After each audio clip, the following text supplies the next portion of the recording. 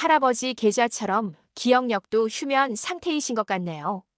직원의 한마디에 은행 전체가 비웃음으로 가득 찼습니다. 흑투성이 작업복을 입은 82세 할아버지는 조롱 섞인 비웃음을 뒤로하고 조용히 밖으로 나갔습니다. 잠시 후 비웃음이 가득하던 은행은 아수라장이 되었다는데요. 도대체 이 할아버지의 정체는 무엇이었을까요? 2024년 12월 어느 추운 겨울날 오후 경기도 판교의 한 대형 금융 빌딩 앞에 낡은 경차 한 대가 멈춰섰습니다. 차에서 내린 사람은 82세의 노인이었죠. 그는 작업복 바지에 고무장화를 신고 있었고 옷 곳곳에는 흙과 거름 자국이 선명했습니다. 겨울 찬바람에도 아랑곳하지 않고 그는 미래은행 판교 중앙지점의 회전문을 밀고 들어갔어요. 은행 로비에 들어서는 순간 화려한 샹들리에와 대리석 바닥이 그를 맞이했습니다. 아니, 정확히는 차가운 시선들이 그를 맞이했죠. 입구 근처에 서 있던 30대 여성은 코를 살짝 찡그리며 옆 사람에게 속삭였어요. 어머, 무슨 냄새 아니에요. 저 할아버지. 검은색 정장을 입은 40대 남성 고객은 노인을 힐끔 보더니 고개를 돌려버렸습니다. 마치 보지 않으면 그 존재가 사라질 것처럼요. 안내 데스크에 앉아있던 은행 직원도 순간 당황한 표정을 감추지 못했습니다. 노인은 이 모든 시선을 느끼면서도 표정 하나 변하지 않았어요. 그저 천천히 걸어가 번호표 발급기 앞에 섰죠. 낡은 손으로 화면을 터치하려는데 뒤에서 기다리던 20대 여성이 짜증 섞인 목소리로 말했습니다. 아이고, 할아버지 천천히 하세요. 다들 바쁘다고요. 노인은 고개를 돌려 그녀를 바라봤습니다. 깊은 주름이 패인 얼굴이었지만 눈빛만큼은 놀라울 정도로 또렷했어요. 그러나 아무 말도 하지 않고 다시 화면에 집중했죠. 번호표가 나왔습니다. 143번. 대기 공간으로 향하는 노인의 뒤를 따라 수군거림이 이어졌습니다. 한 무리의 고객들이 모여 작은 목소리로 이야기를 나눴어요. 저 할아버지 뭐하러 온 거래요? 글쎄요, 생활보호 대상자 지원금 받으러 온 거 아닐까요? 아니면 연금. 근데 저렇게 입고 오시면 좀. 좌석에 앉으려던 노인 옆자리에 앉아있던 50대 남성이 슬그머니 한 자리 옆으로 이동했습니다. 거름 냄새가 싫었던 걸까요? 아니면 그냥 불편했던 걸까요? 결국 노인은 다른 고객들로부터 두 자리씩 떨어진 곳에 혼자 앉게 되었습니다. 전광판에는 현재 107번이 처리 중이라고 표시되어 있었죠. 아직 한참 기다려야 했어요. 노인은 조용히 앉아 주변을 둘러봤습니다. 고급스러운 인테리어, 바쁘게 움직이는 직원들, 휴대폰만 들여다보는 고객들. 모두가 자신만의 세계에 빠져 있었습니다. 창구 직원 중 한 명인 김수아가 동료에게 작은 목소리로 말했어요. 언니, 저기 작업복 입은 할아버지 보여요? 좀 그렇지 않아요? 여기가 어딘데? 동료 직원이 고개를 끄덕이며 대답했습니다. 그러게요. 요즘 어르신들 정말 은행이 동사무소인 줄 아시나 봐요. 그들의 작은 웃음소리가 노인의 귀에도 들렸을 겁니다. 하지만 그는 여전히 아무런 반응을 보이지 않았어요. 다만 그의 손이 무릎 위에서 가만히 주먹을 쥐었다 폈다를 반복했죠. 시간이 흘렀습니다. 120번, 125번, 130번. 전광판의 숫자가 천천히 올라갔어요. 그동안 노인 주변의 빈자리는 계속 비어 있었습니다. 새로운 고객들도 자연스럽게 다른 자리를 선택했죠. 한 초등학생 아이가 엄마 손을 잡고 지나가다가 노인을 보고 순수한 목소리로 물었습니다. 엄마, 저 할아버지는 왜 저렇게 더러운 옷을 입고 계세요? 엄마는 황급히 아이의 입을 막으며 멀리 데리고 갔어요. 하지만 그 말은 이미 로비에 퍼졌고 몇몇 사람들이 피식 웃음을 흘렸습니다. 노인은 그제야 천천히 고개를 들어 천장을 바라봤어요. 화려한 샹들리에가 눈부시게 빛나고 있었죠. 그 빛 아래서 자신은 얼마나 초라해 보일까. 그런 생각이 스쳤을지도 모릅니다. 하지만 그의 눈빛은 흔들리지 않았어요. 오히려 더 단단해졌습니다. 마치 이 모든 무시와 편견을 또렷이 기억하겠다는 듯이요. 143번 고객님, 3번 창구로 와주세요. 드디어 그의 차례였습니다. 노인은 천천히 일어나 3번 창구로 걸어갔습니다. 창구 직원은 33세의 김수아였어요. 그녀는 노인이 다가오는 것을 보고 순간 미간을 찌푸렸죠. 거름 냄새가 코를 찔렀기 때문입니다. 어서 오세요. 형식적인 인사였습니다. 그녀의 목소리에는 따뜻함이라곤 찾아볼 수 없었어요. 노인은 창구 앞에 서서 조용히 말했습니다. 인출하려고 합니다. 김수아는 고개도 제대로 들지 않고 기계적으로 대답했어요. 네, 금액이 어떻게 되시죠? 5천만 원입니다. 순간 김수아의 손이 멈췄습니다. 그녀는 천천히 고개를 들어 노인을 위아래로 훑어봤어요. 흙투성이 작업복, 낡은 고무장화, 거칠게 트인 손. 그리고 5천만 원이라는 금액. 이 조합이 그녀에게는 전혀 어울리지 않았죠. 네. 죄송한데요, 할아버지. 금액을 다시 한번 말씀해 주시겠어요? 5천만 원입니다. 노인의 목소리는 단호했습니다. 김수아는 당황한 표정으로 옆자리 선배를 힐끔 쳐다본 뒤 억지로 웃음을 지으며 물었어요. 할아버지, 혹시 통장 가지고 계세요? 아니면 신분증이라도요? 가지고 있습니다. 노인이 안주머니에서 낡은 지갑을 꺼내려 하자 김수아가 손을 내저었습니다. 아니, 잠깐만요. 할아버지, 지금 농담하시는 거 아니시죠? 5천만 원이요? 그녀의 목소리가 조금 커졌어요. 그 바람에 옆 창구 직원들과 대기 중인 고객들의 시선이 집중되기 시작했죠. 노인은 여전히 침착하게 대답했습니다. 농담이 아닙니다. 5천만 원을 인출하고 싶습니다. 이때 지점장실에서 김창영이 나왔어요. 46세의 그는 15년 경력의 베테랑 지점장이었죠. 김수아가 당황한 표정으로 손짓하자 그는 큰 걸음으로 다가왔습니다. 무슨 일입니까? 김수아가 작은 목소리로 설명했어요. 지점장님, 이 어르신이 5천만 원을 인출하신다는데요. 김창영은 노인을 위아래로 훑어봤습니다. 그의 눈빛에는 의심과 함께 약간의 조롱이 섞여 있었어요. 그는 창구 너머로 몸을 숙이며 말했습니다. 할아버지, 혹시 금액을 착각하신 거 아닌가요? 5천만 원이면 5 뒤에 0이 7개예요. 50만 원이나 500만 원을 말씀하신 거 아니고요. 5천만 원이 맞습니다. 노인의 대답은 변함이 없었습니다. 김창영은 피식 웃으며 고개를 저었어요. 할아버지, 농담도 적당히 하셔야죠. 여기가 어디라고. 우리도 바쁜 사람들인데요. 장난 그만하시고 정확한 금액 말씀해 주세요. 주변 고객들이 키득거리기 시작했습니다. 한 중년 여성이 옆 사람에게 속삭였어요. 저 할아버지 정신이 좀 이상하신가 봐요. 그러게요. 5천만 원이라니. 저런 차림에. 노인은 입술을 꾹 다물었습니다. 그의 턱에 힘이 들어갔고 목의 핏줄이 살짝 부풀어 올랐어요.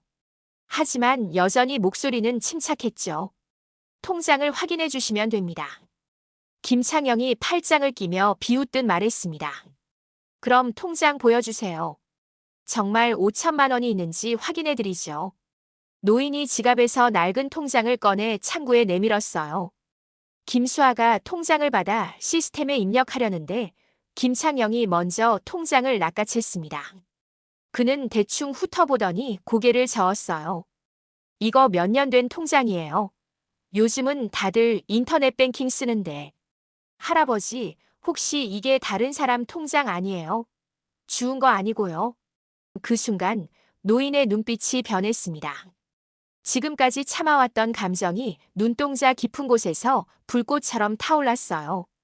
하지만 그는 여전히 목소리를 높이지 않았습니다. 제 통장이 맞습니다. 확인해 주시면 감사하겠습니다. 김창영은 한숨을 쉬며 김수아에게 말했어요. 확인이나 해봐요. 어차피 잔액도 얼마 없을 거예요. 김수아가 마지못해 통장을 시스템에 입력했습니다. 화면을 보던 그녀의 표정이 변하지 않았어요. 예상대로 큰 금액이 없었던 걸까요? 지점장님, 이 계좌는 휴면 계좌로 전환된 것 같은데요. 마지막 거래가 거의 10년 전이에요. 김창영이 씩 웃으며 노인을 바라봤습니다. 보세요, 할아버지. 이 통장은 이미 휴면 계좌예요. 통장에 찍힌 마지막 잔액이 49만 원이시잖아요. 돈도 얼마 없을 거고요. 그러니까 착각하신 거죠. 이제 그만 돌아가세요. 다른 고객들도 기다리고 있잖아요. 뒤에서 기다리던 한 남성 고객이 큰 소리로 말했습니다. 아니, 뭐 하는 거예요? 빨리 처리 좀 해주세요. 다른 고객들도 불만의 목소리를 내기 시작했어요. 노인은 천천히 주변을 둘러봤습니다. 조롱하는 눈빛, 짜증 섞인 표정, 무관심한 얼굴들. 그 모든 것이 그의 눈에 또렷이 담겼죠. 그는 아무 말 없이 통장을 다시 집어넣고 몸을 돌렸습니다. 김창영이 뒤에서 비웃듯 말했어요. 휴면 계좌 깨우려면 본점에 전화하셔야 해요.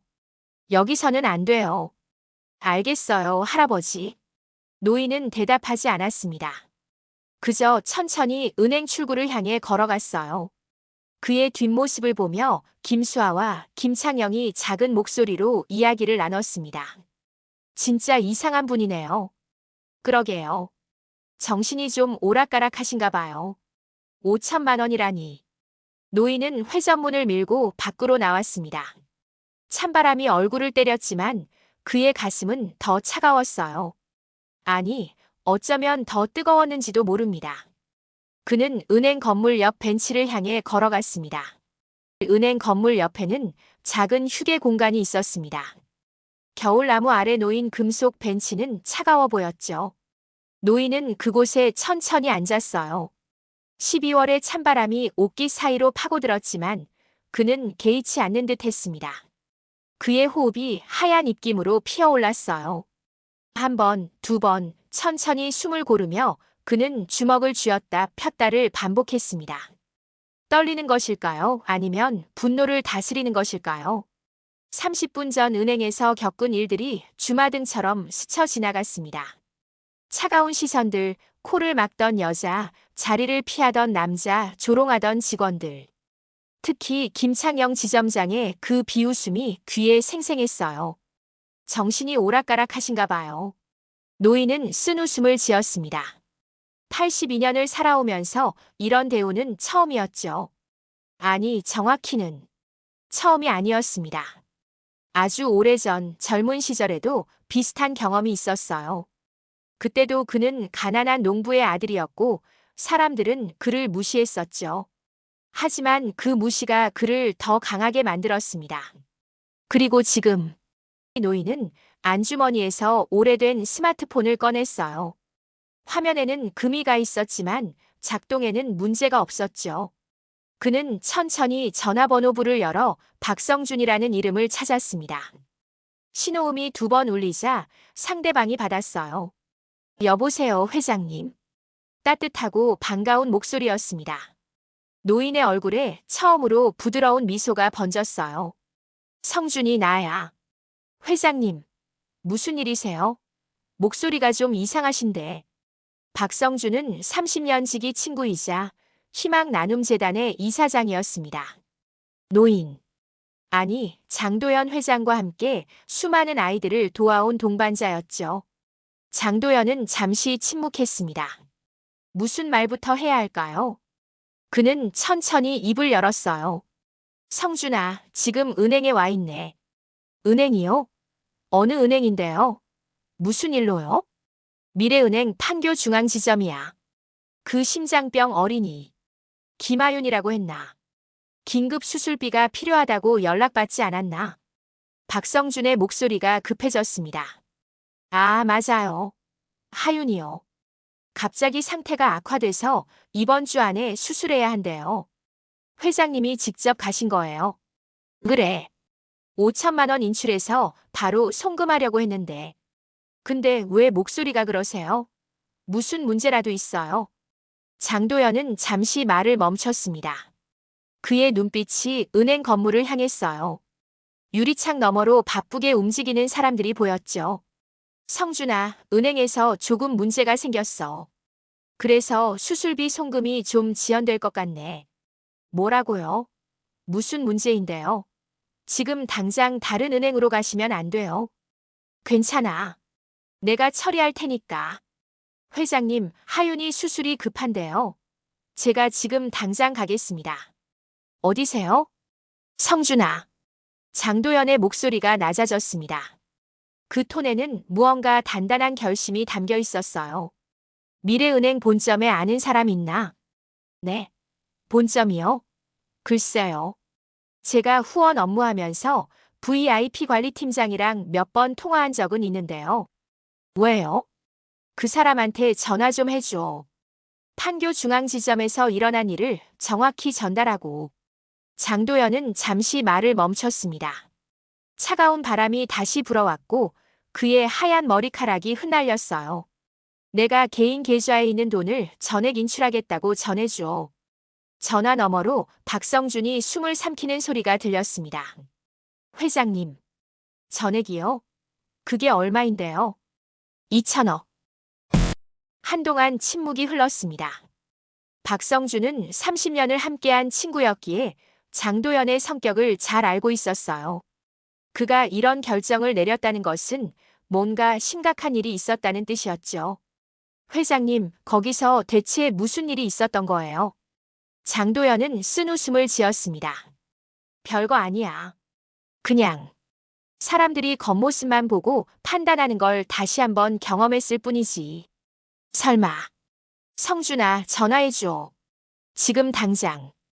그리고 하윤이 수술비는 내가 다른 방법으로 보낼 테니 걱정 마. 알겠습니다, 회장님. 지금 바로 전화하겠습니다. 전화를 끄는 장도연은 한동안 스마트폰을 손에 쥔 채 앉아 있었어요. 그의 뒷모습은 작고 외로워 보였지만 어깨에는 흔들리지 않는 힘이 담겨 있었습니다. 은행 안에서는 여전히 사람들이 바쁘게 움직이고 있었죠. 김수아는 다른 고객을 응대하며 웃고 있었고 김창영은 VIP 고객에게 고개를 90도로 숙이며 인사하고 있었습니다. 그들은 아직 몰랐어요. 지금 박 벤치에 앉아있는 그 노인이 누구인지 그리고 곧 무슨 일이 벌어질지. 장도연은 천천히 일어났습니다. 그리고 주머니에서 또 다른 번호로 전화를 걸었어요. 여보세요, 비서실입니까? 나입니다. 지금 바로 판교로 차량 보내주세요. 그리고 그의 목소리는 더 이상 늙은 농부의 것이 아니었습니다. 수십 년간 대기업을 이끌어온 경영자의 목소리였죠. 미래은행 판교 중앙지점, 내 개인 계좌 2천억 원 전액 인출 준비하세요. 서울 중구 을지로 미래은행 본점 18층 VIP 관리팀. 팀장 이동욱은 오후 업무를 정리하고 있었습니다. 50대 초반의 그는 20년 넘게 은행에서 일하며 수많은 VIP 고객들을 관리해왔죠. 그의 책상 위에는 초대형 고액 자산가들의 명단이 놓여 있었어요. 벨이 울렸습니다. 발신자는 희망나눔재단 박성준이었죠. 여보세요, 이동욱 팀장입니다. 팀장님, 저 박성준입니다. 희망나눔재단이요. 아, 이사장님. 오랜만입니다. 무슨 일로 연락하셨어요? 박성준의 목소리는 평소와 달리 날카로웠습니다. 팀장님, 지금 판교 중앙지점에서 심각한 문제가 발생했습니다. 우리 재단의 최대 후원자이신 분이 그곳에서 모욕을 당하고 계십니다. 이동욱의 표정이 굳어졌어요. 모욕이라니요? 누가 감히? 그분이 누구신데요? 성국그룹 장도현 명예회장님이십니다. 이동욱의 손에서 볼펜이 떨어졌습니다. 네, 장도연 회장님이요. 그분이 왜 판교 중앙지점에 후원 아동의 긴급 수술비를 인출하러 가셨는데 지점 직원들이 회장님을 노숙자 취급하며 조롱했다고 합니다. 그게 무슨... 이동욱은 황급히 컴퓨터를 켰습니다. VIP 고객 명단을 검색했죠. 그리고 그 이름을 발견했어요. 장도연. 생년월일 1943년 3월 15일. 계좌 개설일 1987년 5월 3일. 현재 잔액. 이동욱의 얼굴이 창백해졌습니다. 2005억 3,789만 2,450원. 2천억이 넘는 금액이었습니다. 더 충격적인 것은 마지막 거래일자였어요. 1997년 12월 5일. 그 이후로 단 한 번도 거래가 없었던 휴면 계좌였죠. 이사장님, 지금 회장님께서 뭐라고 하셨습니까? 전액 인출하시겠답니다. 전액. 이요?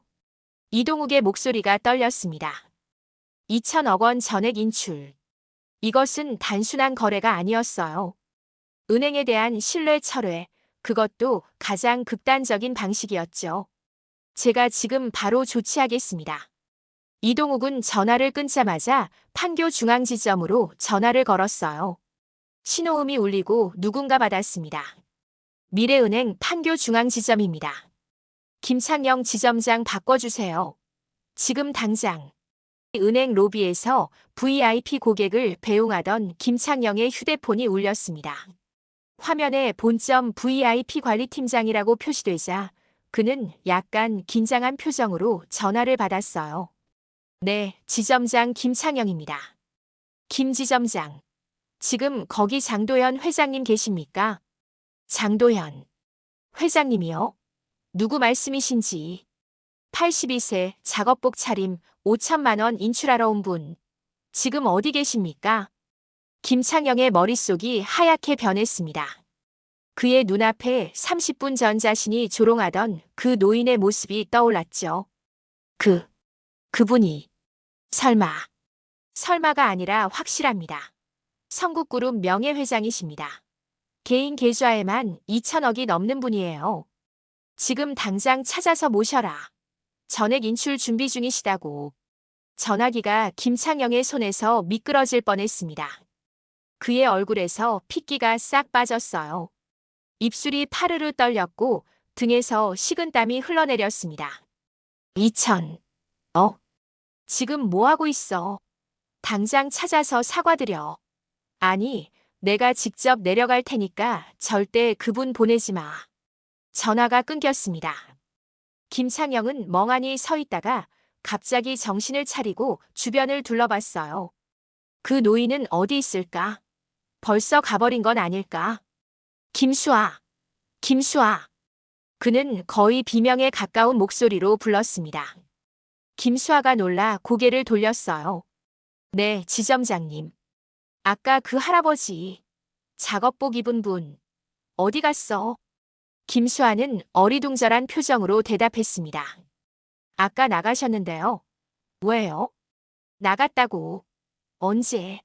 어디로? 김창영의 다급한 목소리에 은행 안의 분위기가 이상해지기 시작했어요. 다른 직원들도 무슨 일인가 싶어 쳐다봤죠. 김창영은 허겁지겁 밖으로 뛰쳐나갔습니다. 은행 출입구, 주차장, 주변을 두리번거렸어요. 그리고 건물 옆 벤치에 앉아있는 그 노인을 발견했습니다. 저기. 그는 그쪽으로 뛰어가려 했습니다. 하지만 다리가 떨려서 제대로 움직이지 않았어요. 머릿속이 복잡했죠. 뭐라고 사과해야 할까? 어떻게 하면 용서를 받을 수 있을까? 그런데 그때였습니다. 검은색 대형 세단 한 대가 은행 앞에 멈춰 섰어요. 그것도 한 대가 아니었습니다. 뒤이어 2대의 차량이 더 도착했죠. 첫 번째 차량에서 정장 차림의 중년 남성이 내렸습니다. 그는 재빨리 뒷문을 열고 공손하게 기다렸어요. 두 번째, 세 번째 차량에서도 정장을 입은 사람들이 내렸습니다. 김창영은 그 광경을 멍하니 바라봤어요. 그리고 그 사람들이 향하는 곳을 보고 심장이 멎는 것 같았죠. 벤치에 앉아있던 노인. 정장 차림의 남성이 노인 앞에서 깊숙이 허리를 숙였습니다. 회장님, 차량 준비되었습니다. 은행 로비 안은 순식간에 술렁이기 시작했습니다. 창가 쪽에 앉아있던 고객들이 밖을 내다보며 수군거렸어요. 저게 무슨 차야? 제네시스 G90 아니야? 리무진인데? 저거 한 대에 2억은 좋게 넘을걸. 근데 저 사람들 완전 경호원 같은데. 김수아도 창밖을 내다봤습니다. 그리고 그 중심에 서 있는 사람이 누구인지 확인하는 순간 얼굴이 하얗게 질렸어요. 아까 그 할아버지. 그때 은행 안으로 김창영이 뛰어들어왔습니다. 그의 얼굴은 땀으로 범벅이었고 눈은 극도로 흔들리고 있었죠. 김수아, 아까 그분 계좌 조회 기록 있지? 네. 아, 네. 근데 휴면 계좌라서. 휴면 계좌를 풀어. 지금 당장. 본점에서 전화 왔어. 그분이 성국그룹 장도연 회장님이시래. 뭐라고요? 김수아의 손에서 볼펜이 떨어졌습니다. 주변에 있던 다른 직원들도 숨을 삼켰어요. 성국그룹, 한국 10대 그룹 중 하나. 그 창업주가 아까 그 노인이었다고. 개인 계좌 잔액이 2천억이 넘는다고. 그리고 지금 전액 인출하신다고. 2천억. 은행 로비에 있던 고객들도 그 말을 들었습니다. 숫자가 너무 커서 실감이 나지 않았지만 분위기가 심상치 않다는 것은 느낄 수 있었죠. 한 40대 남성 고객이 창구로 다가왔습니다. 저기요, 지금 무슨 일인 거예요? 2천억 인출이라니. 이 은행 괜찮은 거 맞죠? 아, 네. 괜찮습니다. 걱정 마세요.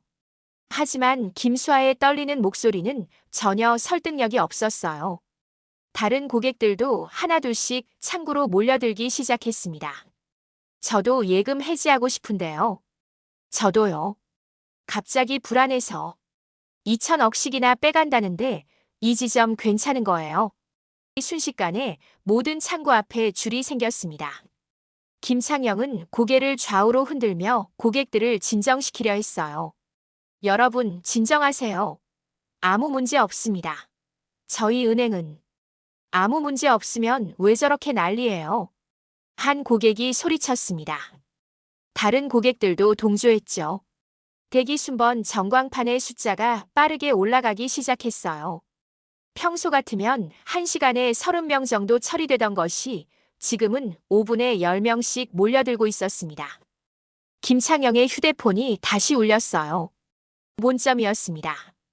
김 지점장, 지금 상황이 어떻게 돼가고 있어? 그게 고객들이 갑자기 인출을 요구하고 있습니다. 소문이 퍼진 것 같습니다. 뱅크런이라고. 진정시켜.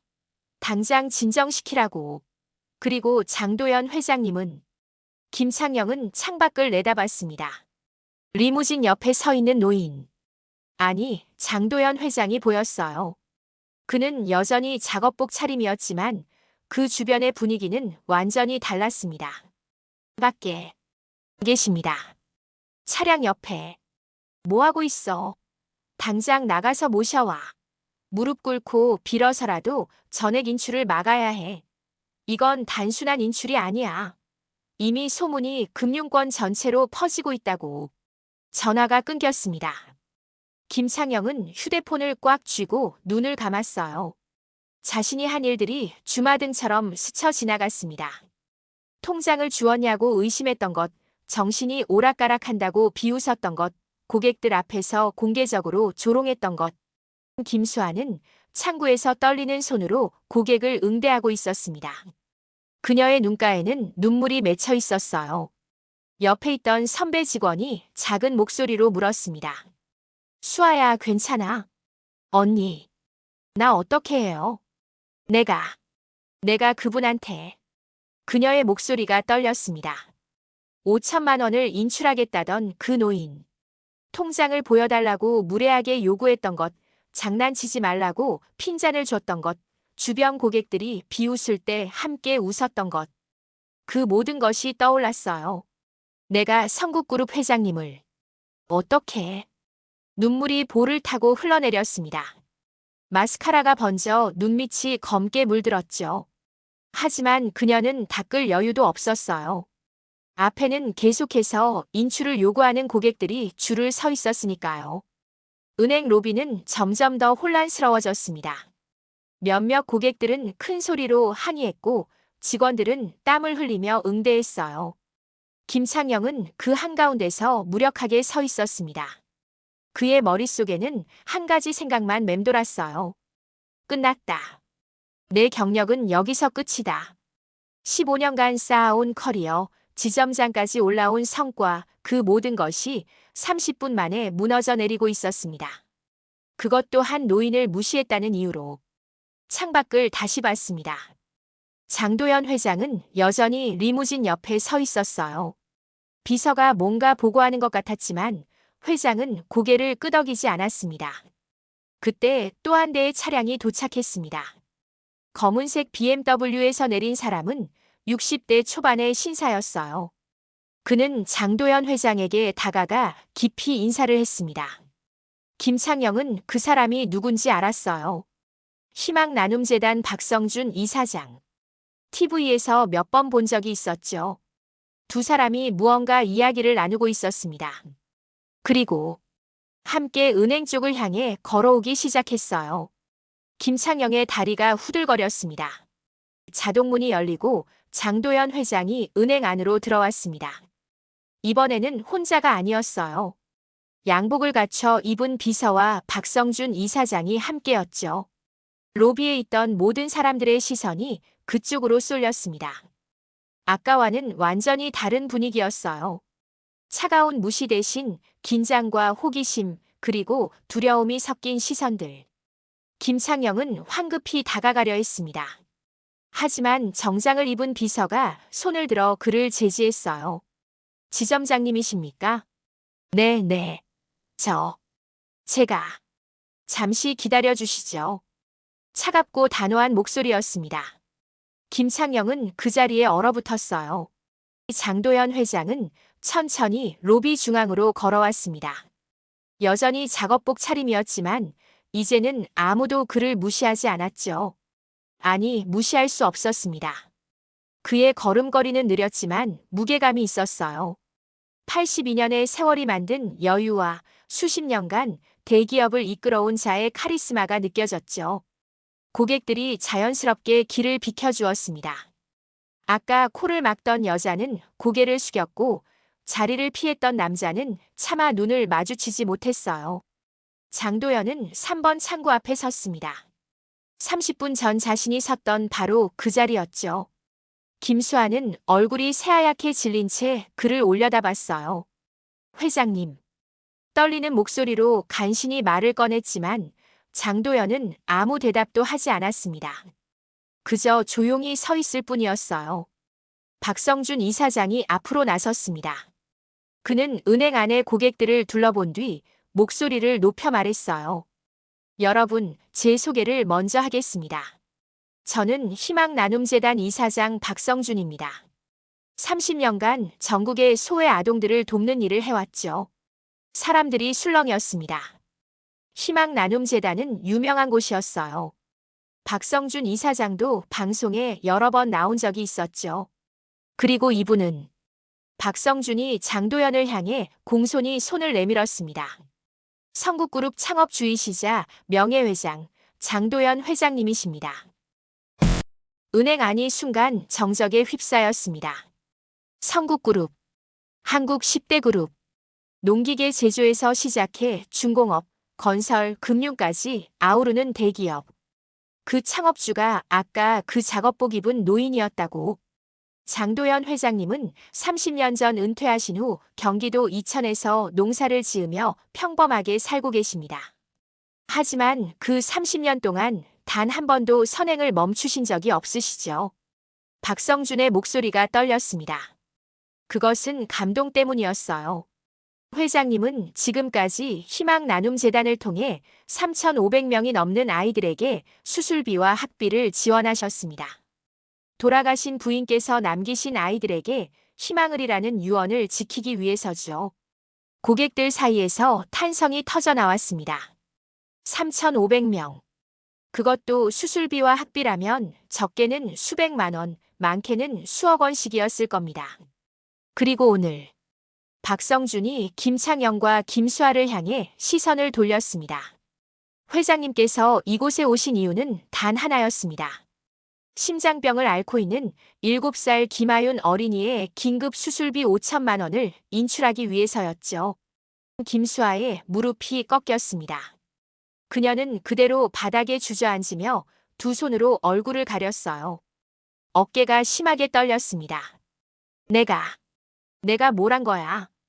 오열하는 소리가 은행 안에 울려 퍼졌습니다. 김창영도 얼굴이 일그러졌어요. 그는 장도연 회장 앞에 무릎을 꿇었습니다. 회장님, 죄송합니다. 정말 죄송합니다. 다른 직원들도 하나둘씩 고개를 숙였습니다. 로비에 있던 고객들도 숙연한 표정이 되었어요.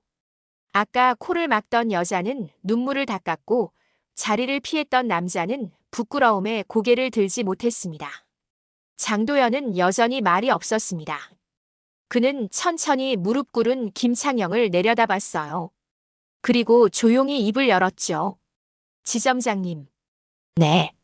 네, 회장님. 제가 오늘 여기서 경험한 것 아십니까? 김창영은 고개를 들지 못한 채 대답했습니다. 죄송합니다. 정말 죄송합니다. 저는 한 사람으로서 존중받지 못했습니다. 장도연의 목소리는 크지 않았지만 은행 안 구석구석까지 울려 퍼졌어요. 제 옷차림 때문에, 제 냄새 때문에, 제 나이 때문에. 사람들은 저를 보지 않았죠. 겉모습만 봤을 뿐입니다. 김수아가 바닥에서 고개를 들었습니다. 눈물과 마스카라로 범벅이 된 얼굴로 장도연을 올려다봤어요. 회장님, 저는 아가씨. 장도연이 그녀를 부드럽게 불렀습니다. 당신이 한 일은 단순히 저를 무시한 것이 아닙니다. 당신은 7살 어린이의 생명을 연결하는 고리를 끊으려 했어요. 김수아의 오열이 더 커졌습니다. 내가 만약 다른 은행으로 가지 않았다면, 시간을 지체했다면 그 아이는 어떻게 되었을까요? 침묵이 흘렀습니다. 무거운 침묵이었죠. 장도연은 비서를 향해 고개를 끄덕였습니다. 비서가 서류 봉투를 꺼내 김창영에게 건넸어요. 이게 뭡니까? 제 개인 계좌 2천억 원 전액 인출 서류입니다. 김창영의 손이 떨렸습니다. 서류가 바닥에 떨어질 뻔했죠. 하지만 장도연이 말을 이었습니다. 아직 실행하지 않았습니다. 왜냐하면 그는 천천히 주변을 둘러봤어요. 고객들, 직원들 모두가 그의 다음 말을 기다리고 있었습니다. 사람은 실수를 합니다. 중요한 것은 그 실수를 깨닫고 배우는 거죠. 장도연은 무릎 꿇은 김창영에게 손을 내밀었습니다. 주름진 손이었지만 그 손에는 따뜻함이 담겨 있었어요. 일어나세요, 지점장님. 회장님. 저는 일어나라고 했습니다. 김창영은 떨리는 손으로 장도연의 손을 잡고 일어났습니다. 눈가에는 눈물이 맺혀 있었어요. 46년을 살면서 이렇게 부끄러운 적은 처음이었죠. 장도연은 김수아에게도 다가갔습니다. 그녀는 여전히 바닥에 주저앉아 울고 있었어요. 아가씨도 일어나세요. 회장님. 저는 용서받을 자격이. 누구나 실수를 합니다. 장도연이 그녀의 어깨에 손을 얹었습니다. 하지만 그 실수를 인정하고 배우는 사람만이 성장할 수 있어요. 당신은 지금 그걸 하고 있지 않습니까? 김수아는 고개를 들어 장도연을 바라봤습니다. 흐릿한 시야 너머로 보이는 그의 얼굴에는 분노가 아닌 연민과 이해가 담겨 있었어요. 회장님, 하윤이는, 수술은, 걱정 마세요. 박성준 이사장이 앞으로 나서며 말했습니다. 하윤이는 지금 서울대병원에서 수술 중입니다. 회장님께서 다른 은행을 통해 이미 수술비를 송금하셨어요. 30분 전에요. 그럼. 김창영이 서류 봉투를 들며 떨리는 목소리로 물었습니다. 그럼 이 전액 인출은 취소하겠습니다. 장도연이 고개를 끄덕였습니다. 제가 이 서류를 준비한 이유는 돈을 빼기 위해서가 아닙니다. 여러분이 자신의 행동을 돌아보게 하기 위해서였죠. 그는 은행 안을 천천히 둘러봤어요. 모든 사람들이 그의 말에 집중하고 있었습니다. 저는 82년을 살았습니다. 가난한 농부의 아들로 태어나 맨손으로 일어섰고 기업을 키웠죠. 그 과정에서 수없이 무시당했고 조롱당했습니다. 그의 목소리는 잔잔했지만 힘이 있었어요. 하지만 그때마다 배웠습니다. 사람의 가치는 돈이나 지위가 아니라 그 사람이 다른 일을 어떻게 대하느냐에 달려 있다는 것을요. 김창영이 고개를 숙였습니다. 김수아도 눈물을 닦으며 듣고 있었어요. 오늘 여러분은 제 옷차림만 보고 저를 판단했습니다. 하지만 만약 제가 양복을 입고 왔다면, 고급 차를 타고 왔다면, 그때는 저를 존중했겠죠. 몇몇 고객들이 고개를 떨궜습니다. 그게 바로 문제입니다. 사람은 겉모습으로 판단할 수 없어요. 그 안에 어떤 이야기가 담겨 있는지, 어떤 상처와 희망이 있는지 우리는 알 수 없습니다. 장도연은 창밖을 바라봤습니다. 리무진이 여전히 서 있었지만 그의 눈에는 멀리 이천의 밭이 보이는 것 같았어요. 저는 지금도 농사를 짓습니다. 손에 흙을 묻히고 땀을 흘리며 작물을 키우죠. 그게 제가 선택한 삶입니다. 부끄러운 일이 아닙니다. 회장님, 김창영이 떨리는 목소리로 말했습니다. 저희가 정말 잘못했습니다. 앞으로는 절대 이런 일이. 약속은 쉽습니다. 장도연이 그의 말을 끊었습니다. 중요한 건 행동이에요. 지점장님 그리고 김수아 씨. 두 사람이 고개를 들었습니다. 오늘부터 이 은행에 오는 모든 고객을 그 사람이 어떤 옷을 입었든 어떤 냄새가 나든 한 사람의 인간으로 존중해 주세요. 그게 제가 바라는 전부입니다. 박성준 이사장이 앞으로 나섰습니다. 그리고 저희 희망나눔재단에서는 앞으로 미래은행과 협력하여 더 많은 아이들을 돕고자 합니다. 김창영이 놀라 고개를 들었어요. 협력이라니요? 저희가 이런 일을 저지르고도. 그렇습니다. 박성준이 미소를 지었습니다. 회장님께서 원하시는 건 처벌이 아니라 변화입니다. 미래은행이 진정으로 변화한다면 그 변화를 통해 더 많은 사람들을 도울 수 있을 겁니다. 장도연이 고개를 끄덕였습니다.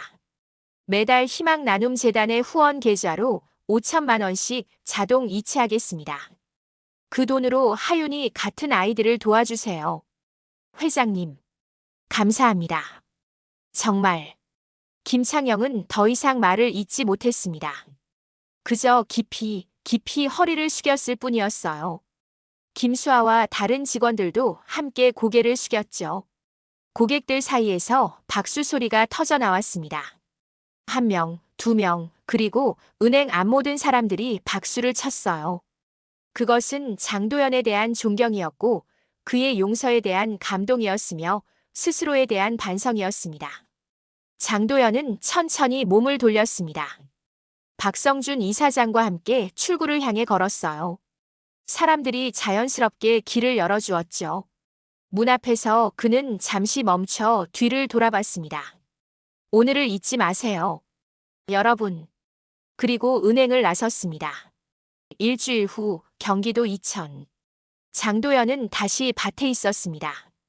낡은 작업복을 입고 고무장화를 신고 호미로 땅을 일구고 있었어요.